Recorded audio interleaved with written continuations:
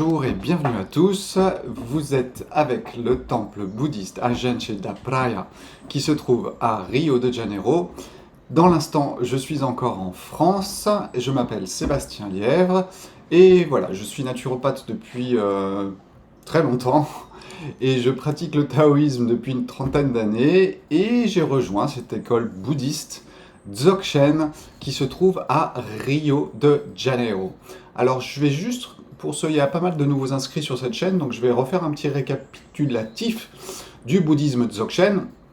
Et ce Dzogchen, il est issu d'un mouvement d'ancienne tradition qu'on appelle Bön, donc il est un petit peu différent et surtout il veut aller au plus direct, au plus droit, avec humour et essayer de ne pas passer par des détours. Et voilà, on essaye vraiment de vous donner des informations le plus franchement et directement dans les yeux. Et c'est pour ça que vous avez une façon de parler, je dirais, un petit peu, je dirais, de tous les jours, quelque part.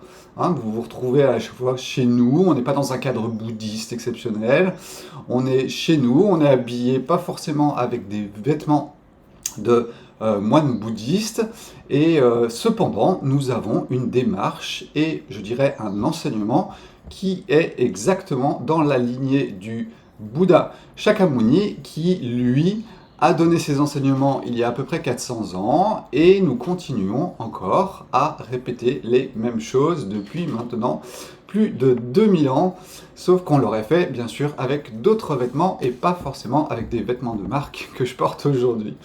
Donc, en parlant de vêtements de marque, eh bien, aujourd'hui, je vais vous parler du désir. Et c'est pour ça que j'ai choisi ce titre provocateur, Le diable s'habille en Prada, pour faire un petit clin d'œil à ce film qui date de quelques années, où vous aviez une personne qui dirige, éditorialiste, qui dirige l'édition d'un grand magazine de mode, et qui va être le bourreau de tous ceux qui sont en dessous. Alors le principe d'aujourd'hui, c'est d'essayer de comprendre pourquoi se met-on sous la coupe d'un bourreau, c'est-à-dire bien tout simplement du diable dans ce titre de ce film. Et eh bien vous allez comprendre très rapidement que nous sommes dans le désir. Donc aujourd'hui, je ne vais pas vous parler du taoïsme, quasiment pas.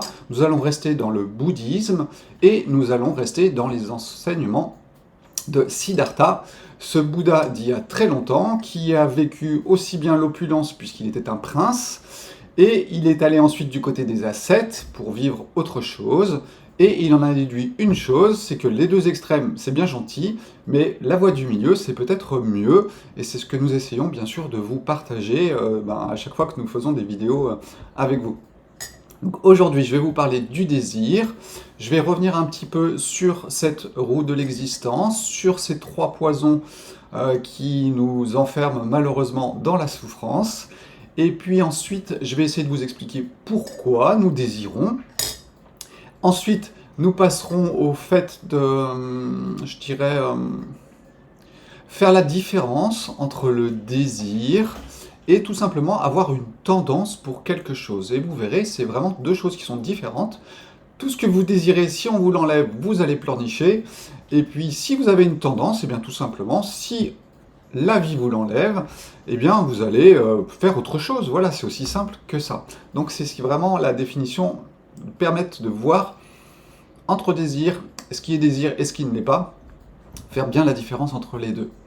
Donc, et puis voilà, qu'est-ce qu'on fait pour s'en sortir et comment nous pouvons un petit peu échapper à cette souffrance. Voilà, c'est à peu près 3 parties. Donc revenons un petit peu à cet enseignement du Bouddha. Eh bien, tout simplement, il vous explique que nous sommes dans la souffrance. Nous vivons dans un monde de souffrance qui sont dirigés par 3 choses. Ces 3 choses, c'est ce que vous allez retrouver dans les tankas tibétains. Hein. C'est ces tapisseries qui sont faites, qui vous représentent un petit peu le monde, mais qui peuvent représenter parfois un personnage. Ce n'est pas forcément que le samsara et tout ça, ça peut être beaucoup plus global ou caractérisé sur une personne. Mais moi, je vais vous parler des tankas où il y a à l'intérieur du tanka cette roue des existences, et surtout ce samsara qui est au centre des choses et qui est le centre de la souffrance. Et vous allez voir qu'en fait, il a 3 personnages. Je vais vous mettre une petite incrustation pour que vous puissiez suivre. Nous n'allons pas nous concentrer sur le serpent qui représente l'aversion, ni sur le cochon qui représente l'ignorance, mais aujourd'hui, nous allons nous concentrer sur le désir, qui est représenté par un animal à plumes. Alors moi, j'aime bien parler du paon, Pascal aime bien parler du coq, donc vous voyez, chacun prend l'animal qu'il veut bien prendre. En attendant, ils sont tous les deux à plumes. Et moi, j'aime bien le paon, pourquoi? Parce que le paon, il veut se faire beau. Il veut se faire beau, pourquoi? Parce qu'en fait, il désire être vu. Il a besoin de cette beauté en apparence pour pouvoir exister. Parce que vous allez comprendre que tout est matière d'existence quand on désire. Et c'est ce que je vais vous expliquer un petit peu après. Donc voilà, concentrons-nous juste sur le paon et vous allez comprendre que s'il y a quelque chose en nous qui veut désirer, eh bien c'est tout simplement parce que, à mon avis, il y a une question de solitude. Alors ça, vous ne le retrouverez pas dans le bouddhisme. Vous le retrouvez, je pense, un petit peu plus du côté de Murti, Krishnamurti, puisqu'en fait, il expliquait que la solitude est un des plus grands problèmes, effectivement, qu'un être humain puisse rencontrer. Et cette solitude crée la souffrance, et je pense que nous rejoignons bien sûr le bouddhisme dans sa façon de voir les choses, et c'est là que je vais essayer de vous entraîner. Alors, pourquoi parler de solitude? Tout simplement parce que plus nous avons des problématiques psychologiques en nous, et plus nous allons nous refermer sur nous-mêmes. C'est-à-dire que le monde extérieur nous agresse, et nous allons avoir tendance à nous replier sur nous-mêmes, dans notre carapace, et il est évident que dans ce cas-là, vous ne pouvez plus être au contact du monde. Cette carapace, c'est moi ce que j'appelle souvent le bocal, qui vous protège du monde extérieur qui veut vous faire du mal. Alors bien sûr, vous voyez, entre parenthèses, on peut mettre la victime très rapidement sur ce point-là. Et ce qui va se passer, c'est que quand nous sommes dans un bocal, c'est bien gentil, mais nous sommes tout seuls. Alors nous allons choisir des choses autour de nous et nous allons essayer de les prendre et de les mettre dans notre bocal. Et c'est ce désir d'exister parce que l'on croit que l'on n'existe pas. Quand on est en solitude, nous ne sommes plus au contact ni de la nature, ni des autres personnes, et du coup, malheureusement, il n'y a plus ce miroir qui vous renvoie votre image. Or, notre existence est aussi reliée, en partie, à ce que les autres vous renvoient comme image. Donc, quand vous désirez quelque chose, eh bien, tout simplement, vous allez chercher dans le regard de l'autre le fait qu'il vous reconnaisse comme quelque chose. Donc, vous allez désirer des objets, vous allez désirer être aimé, vous allez désirer connaître des choses. Pourquoi? Pour être reconnu. C'est-à-dire que vous êtes tout seul et vous avez besoin qu'il y ait quelqu'un qui vous regarde et vous aime pour ce que vous êtes, pour ce que vous possédez. Et tout cela va créer le monde du désir. Alors, nous entrons très rapidement dans le monde de la possession, parce que tout ce que nous désirons, nous allons le posséder. Une fois que l'on a compris que ce que l'on voulait nous fait exister, eh bien nous entrons dans un monde de possession. Et puis bien sûr, nous ne sommes plus tout seuls dans notre bocal, nous sommes avec notre voiture, nous sommes avec nos enfants, nous sommes avec nos connaissances, parce que les connaissances, je dirais même, alors connaissance étant pas tout à fait exact comme terme, puisque connaissance, normalement, c'est naître avec. Moi, je vous parle de quelque chose qui aura tendance plutôt à enrichir votre belle couleur de plumage et à vous montrer encore plus beau pour que les gens, en fait, regardent vos vidéos sur YouTube et que vous fassiez des milliards de vues. Et là, vous êtes reconnu, Vous désirez être reconnu pour ne pas être tout seul. Donc ça, c'est vraiment quelque chose qu'il faut comprendre, qu'il faut intégrer et essayer de voir un petit peu que voilà, tout ce que je vais posséder va être là pour me faire exister. Et nous entrons bien sûr dans le monde du désir, dans le monde de s'habiller en Prada pour pouvoir être désirable aussi, puisque celui qui est désirable va exister à travers son image, les autres vont vouloir le désirer, l'attraper, et vous allez vous rendre compte très rapidement que nous vivons tous dans des jolis petits aquariums. Et j'ai mon... Ok, je reviens, tac, voilà, la vidéo s'est pas arrêtée, l'écran se coupe. Donc nous revenons dans un monde où c'est un jeu assez pervers, de personnes qui vivent en solitude, chacun dans leur coin, et qui essayent de s'accaparer l'autre ou les objets, tout simplement pour exister. Et voilà, vous êtes en plein dans le désir, qui est relié à la solitude. J'enfonce le clou, je le répète encore une fois, mais je pense que le maître mot derrière le désir est la solitude, qui crée ce besoin d'exister et donc de désirer ou d'être désiré. Une chose à noter qui est importante aussi, c'est que quand vous allez sortir de ce besoin d'exister, quand vous allez sortir de votre bocal, eh bien tout simplement, vous allez être au contact de toutes les choses. Donc vous n'êtes plus en solitude. Et là, nous pouvons faire un parallèle avec la nature Bouddha et la nature de l'ego. La nature Bouddha, vous êtes dans l'omniprésence, c'est-à-dire qu'en fait, vous pouvez être au contact de toute chose, qu'elle soit temporelle, qu'elle soit physique, eh bien vous êtes dans la nature Bouddha. Et quelque part, vous êtes sorti de votre solitude, et bien sûr, vous êtes sorti du monde du désir. Mais pas que. Votre nature Bouddha, c'est aussi cette position sur la clarté de tout ce qui est autour de vous. Moins vous êtes dans un bocal, moins l'épaisseur des parois sont importantes, et bien sûr, plus vous voyez clairement tout ce qui se passe autour de vous. Vous allez aussi être dans une forme d'émotion très tranquille. C'est ce qu'on va appeler l'équanimité dans la nature Bouddha aussi. Et cette équanimité montre tout simplement que vous n'êtes pas en lutte avec ce qui est autour de vous, et donc vous n'entrez pas dans un système émotionnel, comme je vous en ai parlé dans d'autres vidéos, où je vous parle vraiment de différence de potentiel. Eh bien, il n'y a pas de différence de potentiel quand vous êtes dans votre nature Bouddha. Chaque chose qui est autour de vous a le droit d'exister, et du coup, vous êtes au contact de chaque chose, et vous restez dans une forme d'équanimité par rapport à ce qui se passe. Et bien sûr, cela va entraîner la compassion, puisqu'au bout du compte, il n'y a aucune raison que vous ne puissiez pas comprendre votre prochain, et du coup, vous entrez dans une forme aussi de compassion qui est vraiment, pour moi, la compassion, c'est vraiment comprendre l'autre, comprendre son mécanisme, parce que je me suis compris moi-même, ce qui n'est pas toujours évident, parce que se voir soi-même est sûrement le plus difficile de tout.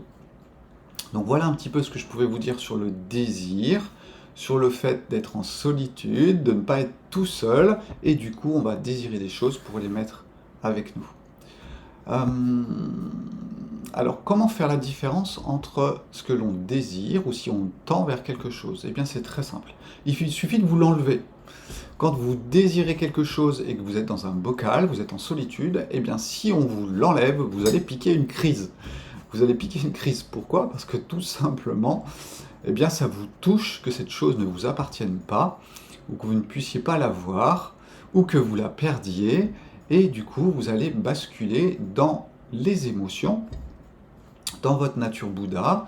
J'insiste cependant de vous signaler, le fait qu'il n'y a ni bien ni mal, il y a juste une nature Bouddha, une nature d'ego, le fait d'être dans la souffrance ou de ne pas y être. Je vous ai dit que je ne vous parlerai pas du taoïsme, mais au bout du compte, je suis en train de vous faire gauche, droite, deux faces, d'accord? Et le fait de désirer quelque chose, eh bien c'est tout simplement, si on vous l'enlève, qu'est-ce qui se passe? Posez-vous la question, et là, vous saurez si vous avez tendance à aller vers quelque chose, ou bien si vous désirez quelque chose. Si vous êtes dans la tendance d'aller vers quelque chose, vous allez être dans le mouvement de la vie, au travers de vos couleurs, de votre ego, puisque quelque part votre programmation comme on l'enseigne dans l'astrologie, dans le design humain par exemple, eh bien, vous donne des couleurs, vous donne des modes de fonctionnement qui sont spécifiques à chaque être humain. Et là, vous serez vraiment, je dirais, vous vivrez la vie à travers vos couleurs. Et là, tout est fluide. Alors que quand on est dans l'ego, eh bien, c'est beaucoup plus compliqué, c'est pas fluide, ça part à droite, ça part à gauche. Et c'est pour ça qu'on fait bien la différence dans le bouddhisme entre la nature Bouddha et la nature d'ego. Sans juger, s'il vous plaît. Euh, ensuite, tac, tac. Voilà, c'est vraiment ça qu'il fallait comprendre. C'est juste que quand vous désirez quelque chose, si on vous l'enlève, vous n'allez pas bien. Hein. Si vous désirez faire du yoga tous les matins et puis qu'un jour on vous enlève le yoga le matin pendant 2-3 jours et que vous n'allez pas bien, eh bien il y a quelque chose qui colle pas, qui tourne pas rond, c'est que vous avez besoin de quelque chose pour vous sentir mieux. Donc vous êtes dans des techniques pour vous sentir mieux, mais quelque part vous pouvez faire beaucoup mieux. Et c'est tout simplement d'aller chercher votre nature Bouddha qui n'a ni besoin de faire du yoga, ni de faire de la méditation. Et voilà, c'est une autre façon, quelque part, d'intégrer cette autre nature à l'intérieur de vous. Ça ne vous empêche pas d'aller travailler, ça ne vous empêche pas d'avoir une femme, d'avoir des enfants. Et cependant, vous vivez la chose d'une façon un peu plus équilibrée quelque part. Cette notion du milieu, eh bien c'est juste peut-être cette notion d'équilibre entre vivre dans la vie, l'ego, et puis vivre avec sa nature Bouddha aussi, les deux étant réunis ensemble, et dans un équilibre, si possible, le plus parfait. Et quand il n'existe pas, eh bien tout simplement, il suffit de l'observer, et vous verrez qu'il y a des choses aussi qui changent par l'observation. Et ça, je vous en parlerai peut-être une autre fois. Alors, qu'est-ce que vous pouvez faire pour sortir du désir? Eh bien, c'est pas si simple que ça, et pourtant c'est si facile.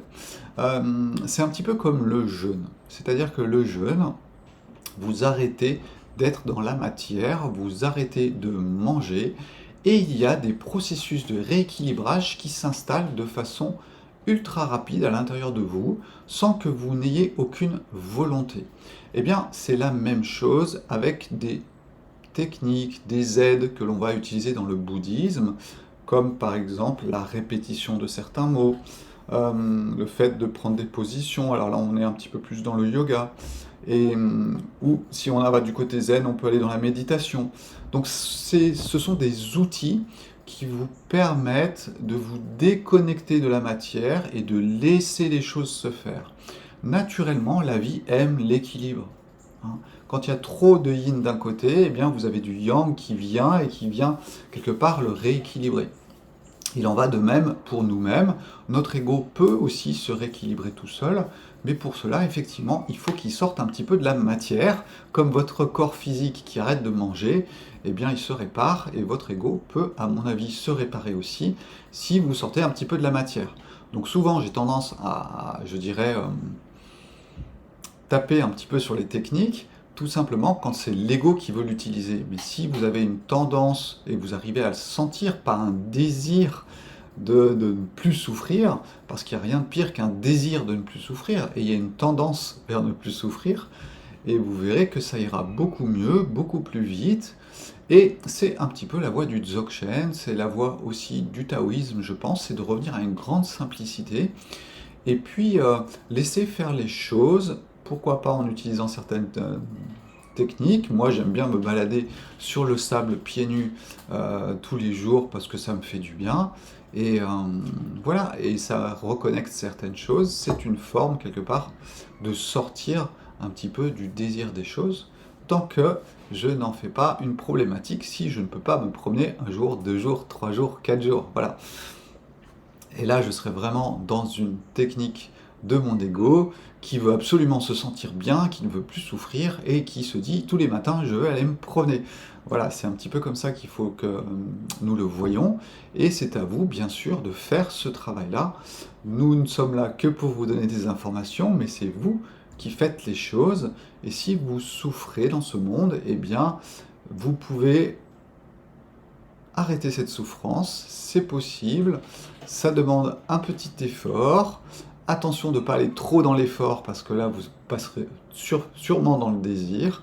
Et puis si c'est votre tendance du jour, eh bien n'hésitez pas à nous contacter puisque nous avons des outils, mais nous avons aussi ce que nous sommes qui quelque part peut, je dirais, plus on approche d'une certaine harmonique et plus on va la donner aux autres quand on est en communication, en communion avec les autres. C'est le principe de la nature Bouddha, hein, c'est de pouvoir être sur un chemin aussi d'éveil et de pouvoir, entre guillemets, éveiller les autres tout simplement par notre propre harmonique. Et c'est pour ça que je vous incite vraiment à bien choisir les personnes de qui vous allez vous rapprocher, parce que en fonction de son harmonique, eh bien, vous allez vous mettre à vibrer pareil. Donc voilà, faites bien attention à cela, c'est très important, et essayez d'être le plus, je dirais, clair dans ce que vous voyez, ce qui n'est pas facile, je le sais très bien. Et n'hésitez pas à nous demander des conseils, je pense qu'on est quand même de bons conseils. Et voilà, nous sommes là aussi pour faire notre job. Et notre job, c'est de le partager avec vous. Sur YouTube, pourquoi pas? Après tout, la technologie, on peut l'utiliser comme on veut. Et ça peut être à but destructif ou constructif. Et nous, on essaye de l'utiliser à but constructif. Voilà, j'ai fini pour aujourd'hui. À bientôt. Alors, je ne sais pas de quoi je vous parlerai plus tard, mais ça va venir. Sûrement des religions, l'enfermement, mais pas que la religion, aussi des doctrines que l'on peut se mettre dans la tête qui vont créer un enfermement et quelque part ne vont pas améliorer certaines choses. Voilà. Ciao, ciao. À bientôt. Ici ou là. Ciao. Bye bye.